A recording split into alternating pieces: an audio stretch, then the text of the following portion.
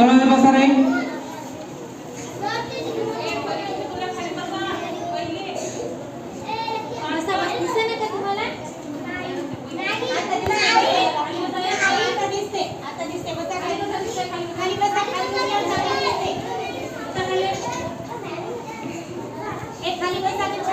औक्षवंत व्हा, दीर्घायुष्य तुम्हाला लाभो हे आमच्याकडून सदिच्छा आहे आणि अशीच सेवा आम्ही तुमच्याकडून समाजाची घडत राहू.